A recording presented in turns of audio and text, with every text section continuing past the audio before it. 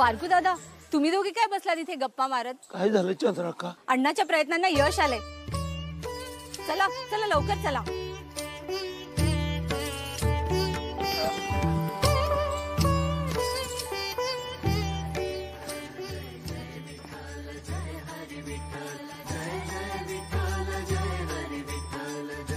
लोकांनी विठू माऊलीच्या चरणावर माथा टेकला.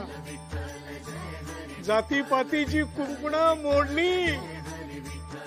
पांडुरंग पांडुरंग.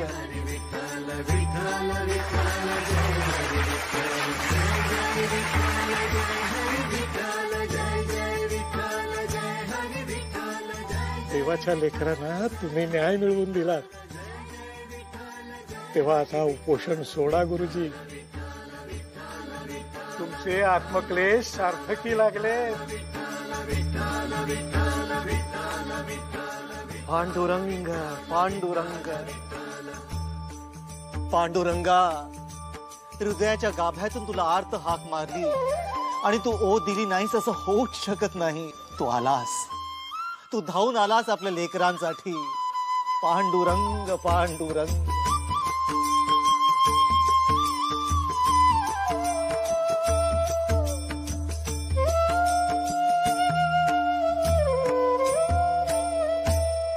अरे लिंबू पाणी आणा. मी माझ्या बहिणीच्या हातून, चंद्राकाच्या हातून उपोषण सोडले.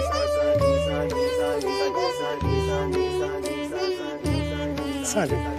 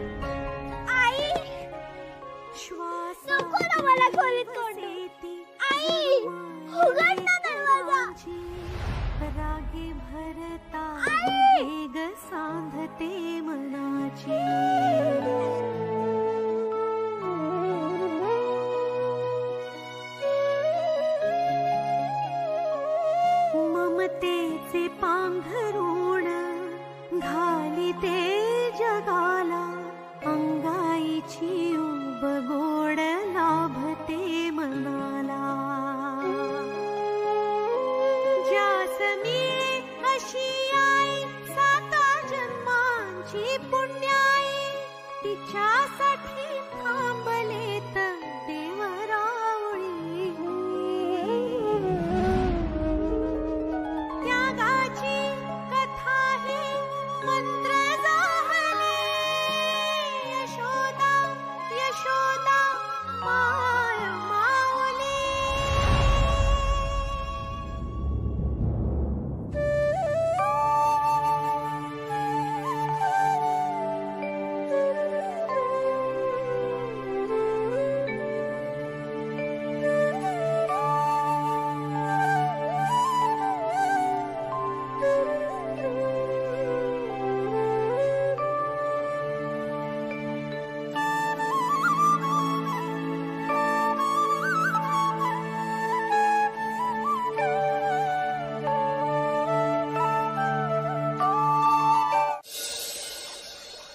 सगळाच गोंधळ त्या बयोच्या उद्योगांमुळे मोठीच पंचायत झाली बघ. आता आज तुमच्या मुलीस पहावयास येतो असा काल शब्द दिला होता की रे काकांनी परसुऱ्यांना. हो. मग आता काकांना जाऊया का असं परत विचारावं तरी पंचायत. पण ही भारी गंमतच झाली हा दादा. गंमत? हा, ही बयो मोठी धीट आणि तुझा सदाशिव अगदी भित्री भागूबाई. चल. अरे काल काल जरा शेतात फेरफटका मारायला चल असं म्हटलं तुझ्या लेकरास, तर म्हणतो नको नको नको मला भीती वाटते. आणि ही बयो ही नदी पलीकडे थेट त्या इमामवाड्यात जाऊन पोहोचली रे.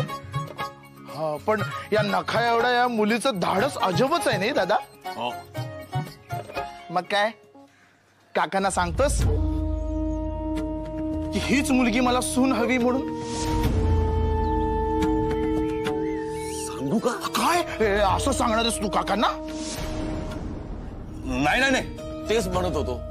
अशी सून आपल्याला कशी चालेल? मग काय खुसूर पुसूर चाललंय दोघात?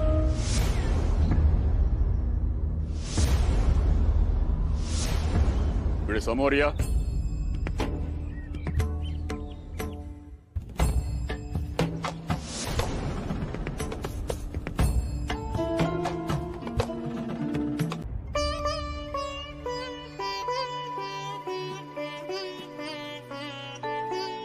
अगं बाई उमे, हे कसलं पीठ मिळतेस गो?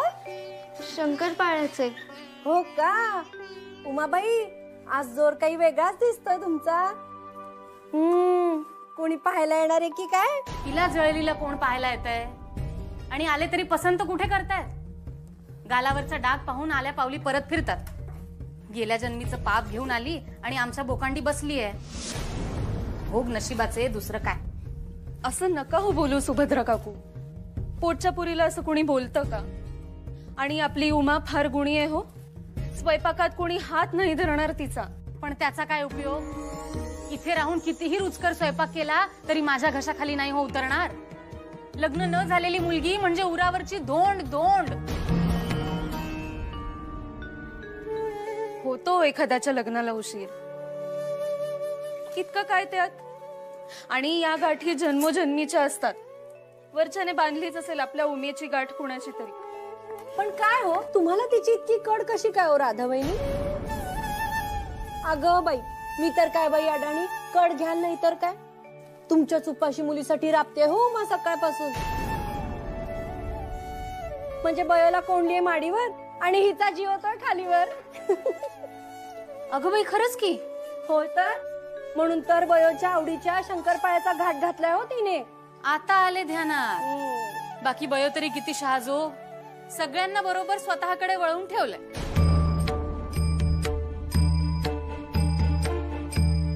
हे काय? जेवणाचं ताट घेऊन कुठे चाललीस? काय विचारतेय मी? बयोसाठी. ठेव तिकडे. काही एक गरज नाहीये. इमामवाड्याचे दिवे लावून आलीये ना ती, शिक्षा झालीये तिला. आणि इकडे राहू दे तुपाशी. त्याशिवाय अक्कल ठिकाणावर नाही येणार तिची.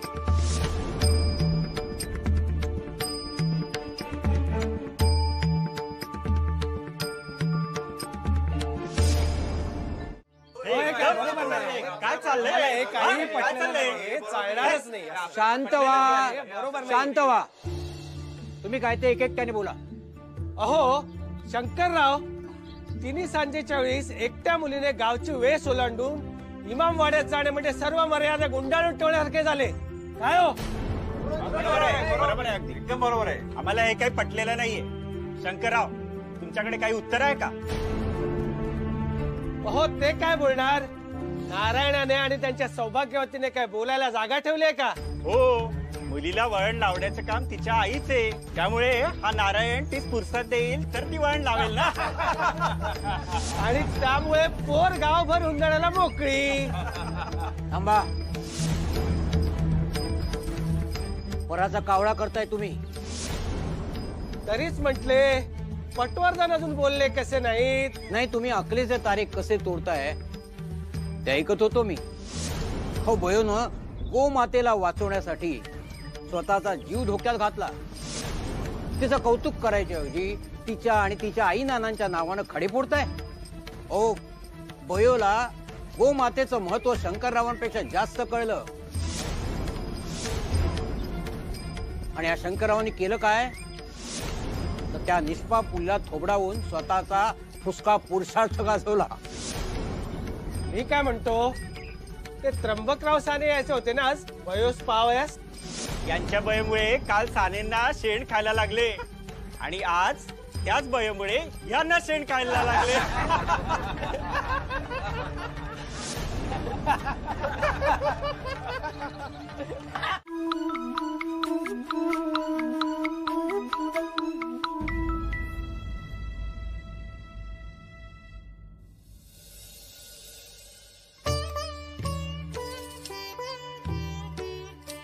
महादेव, गणपत, तुमची आई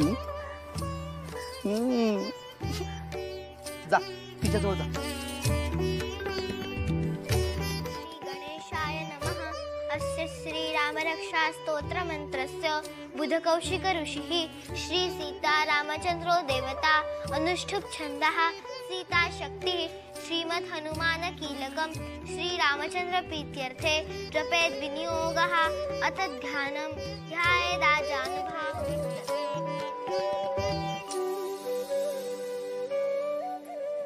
नाना भयो,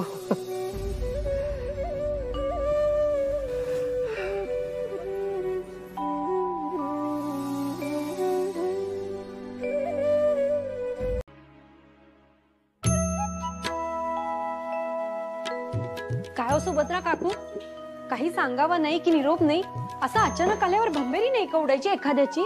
नाहीतर काय, अगो जिच्या लेकीस पहावयास आले आहेत ती राधा राहिली कुठे? राधे, अगं कुठे राहिलीस? आले आले, यांना निरोप द्यायला माडीवर गेले होते. सावकाश या हो सासूबाई. अगो बाई बसा ना. तर सावकाश यायला मला काय धाड भरलीये? मला दिसते हो सगळे. उगाच आपलं काय काय रुक्मिणीबाई? अहो मी नर्मदा. मला दिसते हो सगळे. मला विचारायचं होते, काय रुक्मिणीबाई कशी आहे तुमची लेक? आहे मी बरी आहे हो. बरी आहे ना? कशात कावेरीबाई? काय बरंच म्हणायचं.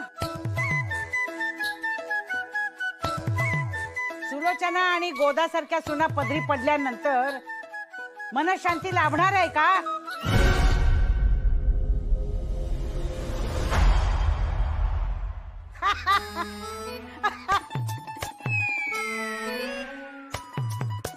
बाई, तुमची कसलीच तयारी दिसत नाही. अहो तसं नव्हे, तुम्ही अचानक आल्यामुळे आमची भंबेरी उडाली. हो, पण तुम्ही काळजी करू नका, होईल तयारी. गोदावरी, काल रात्रीचा इमामवाड्याचा प्रकार कानी आला असेलच तुमच्या. तेव्हा म्हटलं आता कसलं येत आहे तुम्ही? हो, वयोच्या अगोचरपणाची यादी वाढतेच आहे. तेव्हा आम्हासही तसेच वाटत होते. आपल्या बायकांच्या हाती काय आहे सर्व? पुरुषांच्या मनात असणार तेच होणार. त्यांनी म्हटले उठ की उठायचे आणि बस की बसायचे.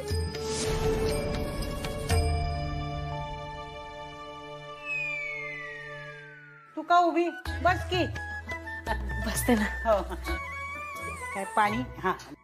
रुक्मिणी काकू, राधाबाई, तुम्ही दोघी काळजी करू नका, सगळे काही चांगलेच होईल. हो हो.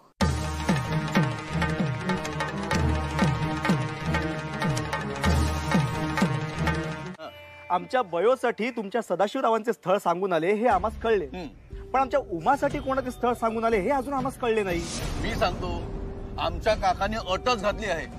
तुमच्या उमासाठी त्यांनी सुचवलेले स्थळ जर तुम्हा लोकांना मान्य असेल तरच ते उद्या तुमच्या घरी मुलगी पाहाव्यास येतील. अहो अहो नारायणराव, तुम्हाला सांगितले ना मी, त्र्यंबकरावांची अट आम्हाला मान्य आहे. हो काका, पण स्थळ कुठले?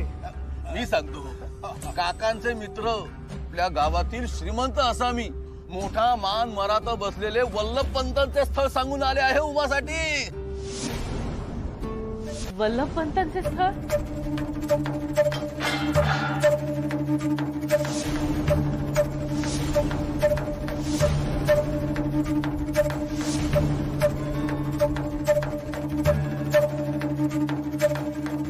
सुभद्रा, सावर स्वतःला. आपल्या मुलीसाठी वल्लभपंतांचं स्थळ म्हटल्यावर आणखीन काय होणार?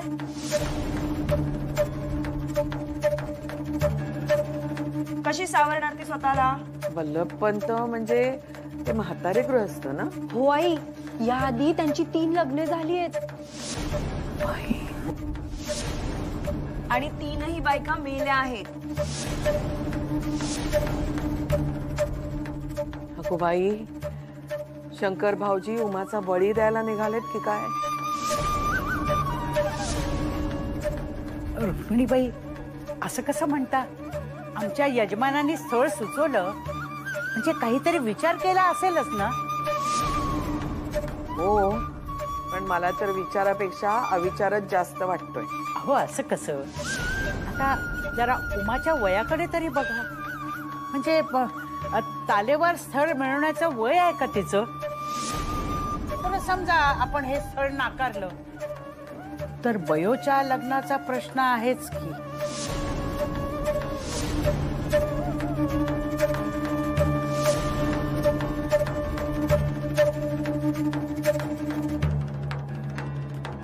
होऊ देते लग्न.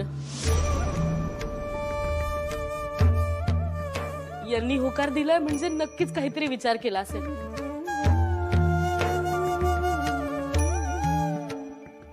पोरीनी विहीर जवळ करण्यापेक्षा हे बरं. मेली 4 दिवस सुखाने तरी काढेल तिकडे.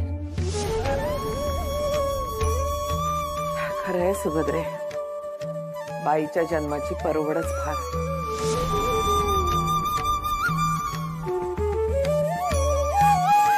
ठीक आहे.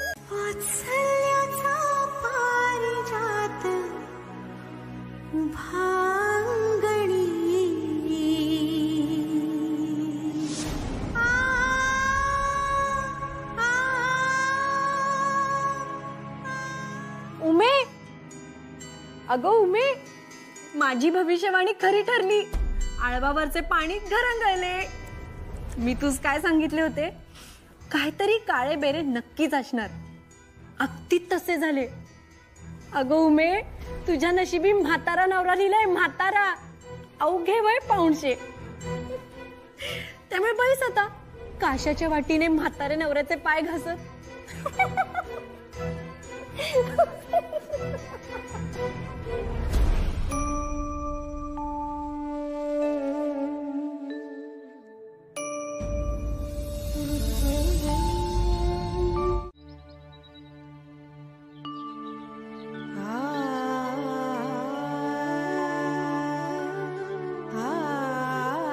राधाबाई,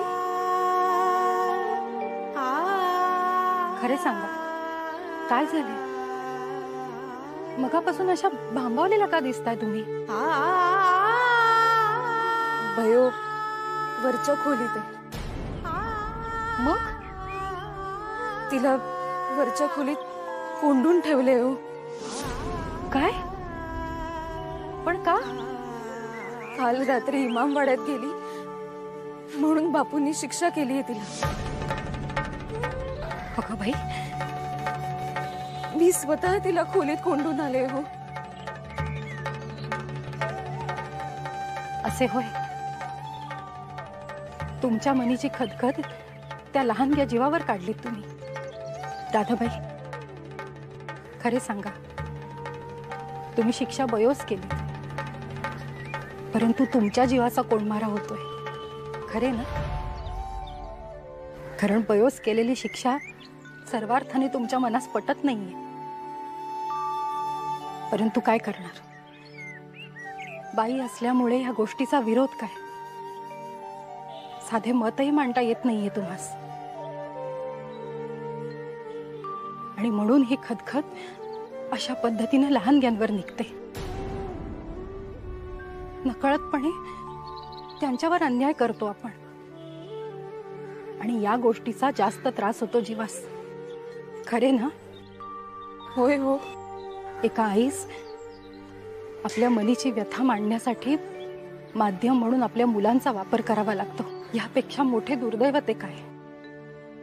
आपल्या हाती काय आहे हो? मोकळेपणाने काही सांगायला जावे तर अगोचरपणाचा ठपका माथी बसायचा. खरे तुमचे, परंतु एक सांगू, माझ्या मुलांवर राग काढण्याचे आणि काही अघटित घडलेच माझ्या हातून तर अगदी मनापासून मोकळेपणाने क्षमा मागते मी त्यांची. अगं बाई, मुलांची क्षमा? पण अशाने मुले शेफारणार नाहीत का? मुळीच नाही.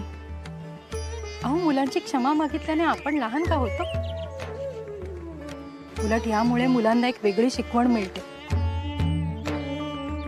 आणि खरे सांगू का, आपल्या मनावरचे ओझे हलके होते, मनात समाधान मिळते याने. अगदी बरोबर म्हणताय हो तुम्ही. या ना, चला.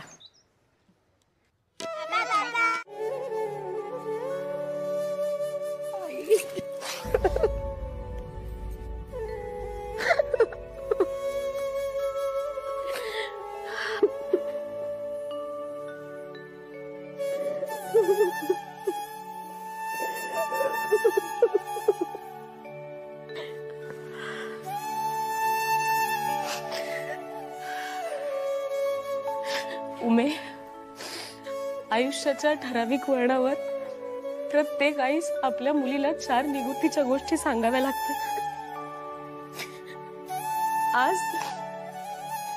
आज एका कटू वास्तवाची तुला जाणीव करून द्यायची आहे. आजवरचे आयुष्य पाहता या गालावरील डागामुळे तुला खूप सहन करावे लागले. एक राधाबाई सोडल्या सगळ्यांनीच तुझ्यावर तोंड सूक घेतले, पण अगो आज तुझ्यासाठी स्थळ सांगून आले आहे, स्वतःहून आले आहे. मान्य स्थळ थोडे वयस्कर आहे, पण परिस्थिती पुढे आपला नाईलाज आहे बाळा.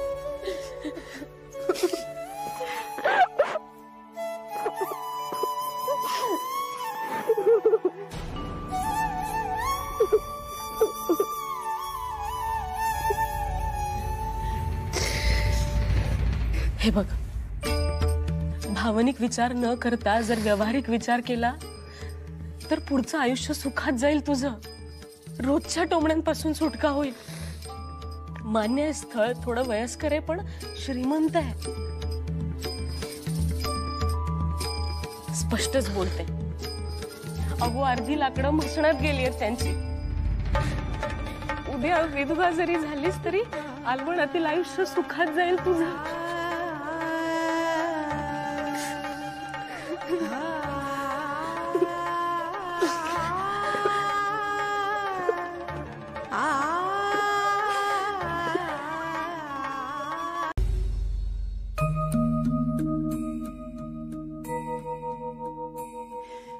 मी काय म्हणते, जो स्वतःहून आपली जमीन द्यायला तयार झाले होते ना, मग ते आपण नाकारलेत का?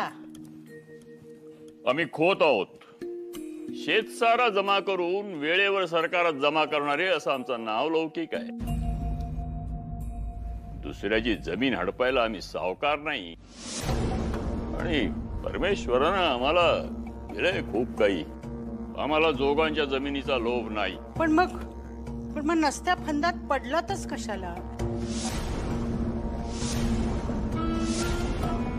नाही म्हणजे लग्नाचा घाट कशाला जमवला म्हणते मी. त्या वल्लभपंताच्या नाकाशी सूत धरलेले आहे. प्रकृती किती नाजूक आहे ती आपण पाहिलीत ना. म्हणूनच घाट घातलाय हो. तब्येतीची काळजी घ्यायला जवळचा कोणी माणूस नको. शिवाय एका दगडात 2 आंबे पाडलेच आम्ही. म्हणजे एक तर जोगांना सहचारणी मिळेल, आणि ती परतुऱ्यांची उमा. तिचं काय? बरीच वर्ष रखडली होती ती. तिला सुद्धा चांगलं सासर मिळेल. हा, थोडक्यात दोन्हीकडून वाहवा मिळवलीत म्हणायची. पण काय हो, त्या बयोचा हूडपणा आपल्याला माहित असून सुद्धा सदाशिवाच्या गळ्यात कशाला बांधायची? म्हणजे कसं आहे की ती मुलगी आमच्यासारखी खाली मान घालून वावरणारी नव्हे. मग कशाला सदाशिवाच्या गळ्यात मारायची म्हणते मी. तेवढेच नाही मामांजी, अरेला कारे सुद्धा करणारी आहे ती. हो, इमामवाड्याची जिला भीती नाही ती सासूला आणि नवऱ्याला काय धूप घालणार, मिऱ्याच वाटणार ती. पण मी काय म्हणतो, काय म्हणू नकोस. योग्य तो निर्णय घेतलाय आम्ही. तेच म्हणतोय मी. आता आम्ही काय म्हणतोय ते नीट ऐका. आमच्या काही निर्णयांचे पडसाद कालांतरानं उमटतात, कारण ते विचार करून घेतलेले निर्णय असतात. आपला सदाशिव साधा भोळा गरीब स्वभावाचा, म्हणून तर त्याच्यासाठी साहसी मुलीची निवड केली आहे मी.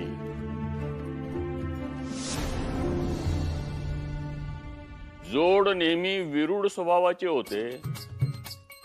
बाकी तिचा हूडपणा घालवायला तुम्ही बायका काय कमी आहात? त्या गोदावरीने तर आपल्या नवऱ्याला सुतासारखे सरळ केले. काय रघुनाथ?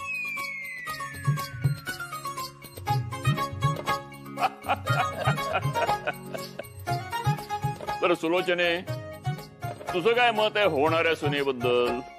मामनजी, माझ्या सदाशिवाला अगदी अशीच बायको हवी हो, जी मऊ असेल पण वेळीच कठोर सुद्धा होईल. आणि आम्ही काय आपल्या शब्दाबाहेर आहोत का?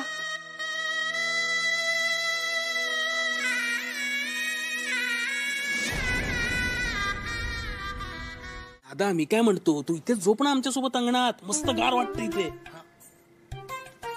नको नको, मी आज जाऊन झोपतो, मला भीती वाटते बाहेर. बरे झोपू नको, पण आमच्या सोबत बसून गप्पा तर मार. बरे नानू, मी काय म्हणतो. काय म्हणतो रे बाबू? कावेरी आजी काय म्हणाली माहितीये का? काय? नवरा सदाशिव इथे माडीवरती एकटा जायलाही घाबरतो आणि बायको तिथे एकटी इमामवाड्यात जाऊन आली.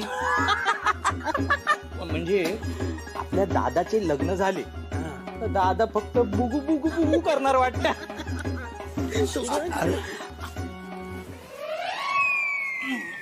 काय रो बाबूनी नानू मस्करी करता? नाही काका, नाही नाही. आणि बयोला काय तुम्ही ओळखत नाही? अभिमान वाटायला पाहिजे. रात्रीच्या अंधारात एकली गेली इमामवाड्यात, काय कायची गोष्ट आहे? तुम्ही जाल? नाही.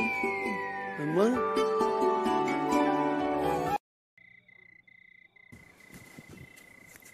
बघ सदाशिवा, तू ह्यांच्या बोलण्याकडे काही लक्ष देऊ नको. काय समजला? अरे अशी बायको मिळाया 7 जन्माचा पुण्य लागतं. लक्ष्मी आहे ती, लक्ष्मी. कामाला वाघीण आहे आणि वाघ आहे एकदम गोड. बाबू नानू, मला सांगा, गायीवर सगळ्यात जास्त प्रेम कुणी केला? कृष्णाने. हो. आणि कृष्णावर आईसारखा प्रेम कुणी केला? यशोदेने. हा, मग आपली बयो ही यशोदाचा. काय समजला?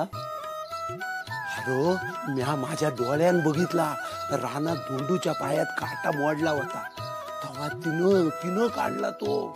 आणि नुसता काढला ना, स्वतःकडची भाकरी पण त्याला भरवला. सदाशिवा, अशी आहे तुझी होणारी बायको. मी काय म्हणतो, लगीन झाला ना तर तिचं नाव तू यशोदाच ठेव. अरे लगीन झाल्यावर तुझ्यावरती मायेची पाकर घालील. होणार आहे तिकडे. मला कुठले वाटतं?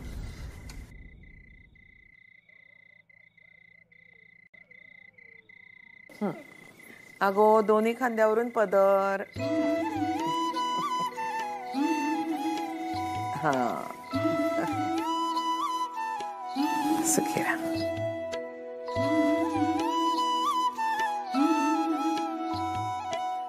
छान. राधे, आता सांग बरे मुलींना, पहाटे पहिले ताजे पाणी काढल्यानंतर त्याची पूजा कशी करायची ते? होय. सांग. पूजा? अगं बयो, तुझी आणि माझी आई जे रोज करते ती. अगो, पण त्यासाठी अंथरुणातून बाहेर यायला हवे ना पहाटे. बयोची आपली लोण फुगडी चाललेली असते तेव्हा. काय मोठी आजी. होय गो, होय बयो. सासरी मात्र पहाटे उठावे लागेल हो. आत्तापासूनच त्याची सवय करून घे.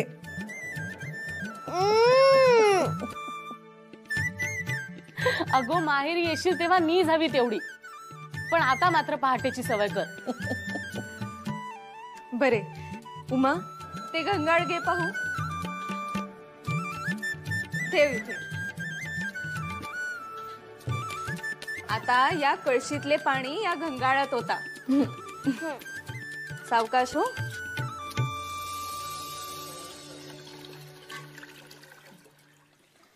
आता पहा, याला हे असे कुंकू लावायचे, निरांजन दाखवायचे. दाखवा बघू तुम्ही.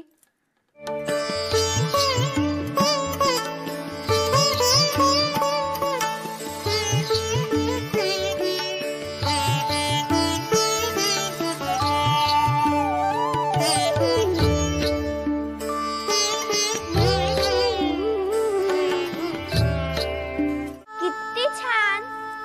मोठी आजी, मला हे खूपच आवडले. आवडणारच. बरे का बयो, आपले पूर्वज सांगतात, पृथ्वी, आप, तेज, वायू आणि आकाश ही पंचमहाभूते आहेत, म्हणून आपण आहोत. हो, आपली सृष्टी यांच्याचमुळे आहे आणि आपला देहही. तेव्हा या साऱ्यांप्रती कृतज्ञता भाव हवा, म्हणून आपण पाण्याची आणि चुलीतल्या अग्नीची पूजा करतो.